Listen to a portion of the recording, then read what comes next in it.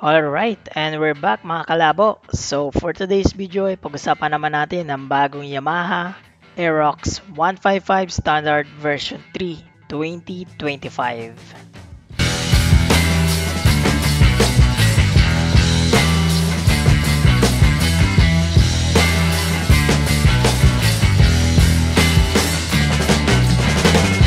Ang Aerox V3 Standard ay may nilabas na tatlong kulay. Meron tayong race blue, glaze blue, and glossy black. Madami ang nagsasabi na kamukha ito ng Honda Click 160, kamukha ng Honda Airblade 160, pero guys, magbabago ang paningin nyo pag nakita nyo ito ng personal. Tingnan nyo naman ang makabagong design ng kanyang harap. Naka LED headlight na ito, so both projector lights for high and low beam. So, mas maliwanag, mas malinaw at mas tipid sa baterya. Kapag nagra-ride ka sa gabi, ramdam mo talaga ang visibility. Hindi ka manghihina sa ilaw kahit nasa madilim na kalsada ka. Nagiba na din ang kanyang daily running light. Kung mapapansin nyo, mas pinaikli siya kumpara sa version 2. Mas pinatulis na din itong kanyang nguso o tuka. At ito ang pinakakakaiba sa kanya, ang kanyang front chin. Nagkaroon ito ng carbon touch or forged carbon design na mas naging agresibo. Karaniwan binibili pa natin yung ganitong design para pandagdag forma. Pero dito, ayan, sinama na talaga ni Yamaha para hindi na kayo gumastos pa. Tumungo naman tayo sa kanyang panel. Fully digital LCD pa rin siya. Yung backlight niya ay mas maliwanag na ngayon kumpara sa older version, kaya hindi na mahihirapan kahit naka-helmet ka o nakaharap sa araw. Makikita mo rito sa panel ang speedometer, tachometer, fuel gauge na mas accurate na ngayon, trip meter o odometer para sa daily monitoring ng rides, at syempre ang orasan. Ang isa pang improvement ay ang connectivity feature. Kahit sa standard version, naka-integrate pa rin ang Yamaha Y-Connect app support, kung saan makikita mo ang basic riding data sa phone mo gaya ng fuel consumption, maintenance schedule at riding lag. To be honest guys, basic na basic lang ang panel niya kumpara sa sport version.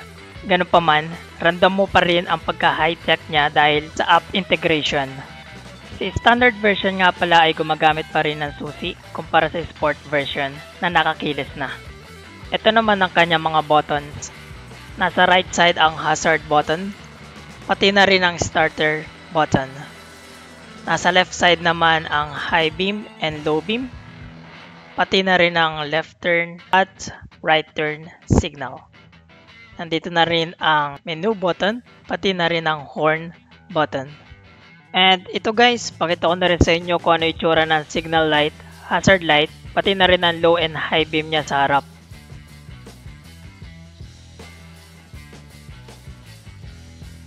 Dito naman sa kanyang likuran guys, makikita natin ang rear fender, kasama na rin ang signal light. Yung signal light niya guys, mas pinatulis at pinaliit kumpara sa version 2. Dagdag angas, di ba? Pero guys, ito pinakamalupit dito, yung kanyang tail light. Para na siyang R15. Hindi mo maitatanggi na napakaganda talaga. Tingnan naman natin ang kanyang front and rear suspension. Wala namang pinagkaiba pagdating dito, gumagamit pa rin ng telescopic fork sa harap. Pero sa opinion ko, parang lumaki yung kanyang fork tube diameter kumpara sa version 2. Sa likod naman guys, ganun pa rin, gumagamit pa rin ng twin shock setup. And for me, ito dapat ang kauna-unahan nating i-upgrade o palitan. Kasi sa totoo lamang, napakatagtag nito o matigas pa rin siya. No bias pagdating dyan. Sa brake naman niya guys, sa harap ganun pa rin, naka-disc brake, wala namang pinagbago. Ito naman ang pinaka-hinihintay ng lahat, ang magkaroon ng disc brake sa likuran na dati ay naka-drum brake. At ayan na nga guys, nadinig kayo ni Yamaha. Sulit na sulit itong pagbabago na ito kung tutusin. Sa gulong naman guys, walang pinagbago. Tubeless pa rin ito. Sa harap, may sukat itong 110 by 80-14. Sa likod naman ay 140 by 70-14. Nandito naman ang bukasan ng tangke, parehas lang din sa version 2. Tapos kung mapapansin nyo, may lalagyan na rin ito ng cap tank. Ayos, di ba? Pagdating naman sa compartment, Meron itong 24.5 liter capacity. Kasya sigurado ang half face at yung maliliit na full face helmet.